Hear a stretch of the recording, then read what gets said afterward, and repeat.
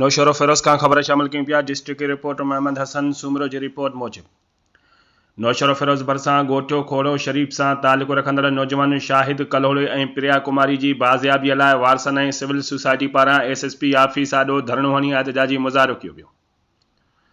उन मौक़े ते अगवा थियल नौजवान जो वालिद मीर मोहम्मद कलोड़ो, गुलबहार परेल कलोड़ो, एडवोकेट सागर सोहेल मंगी ऐं ॿियनि चयो त 20 ॾींहं अॻु सखर में पुरत शाहिद कलोड़ो औरताणे आवाज़ ते हिरखजी धाड़ेलनि हथां अगवा थी वियो हुयो, जंहिंजी बाज़ियाबीअ लाइ 50 लख भुंग जो मुतालबो कयो वियो।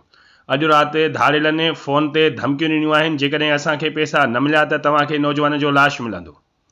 एहतजाज कंदड़नि चयो त असां ग़रीब आहियूं, खाइण लाइ कुझु बि नाहे, एतिरा पैसा किथां आणियूं। एहतजाज कंदड़नि IG सिंध SSP नौशर फिरोज आबिद बलोच खां मुतालबो कयो त अगवा थियल नौजवान शाहिद कलोड़ो ऐं प्रिया कुमारीअ खे फौरी तौर बाज़ियाब करायो वञे। उन मौक़े ते DIP इंचार्ज शाहिद अली डहराज एहतजाज कंदड़नि सां मुलाक़ात करे खेनि नौजवान जी बाज़ियाबीअ जो यकीन ॾियारियो, जंहिं बैदि धरणो ख़त्म करण जो ऐलान कयो।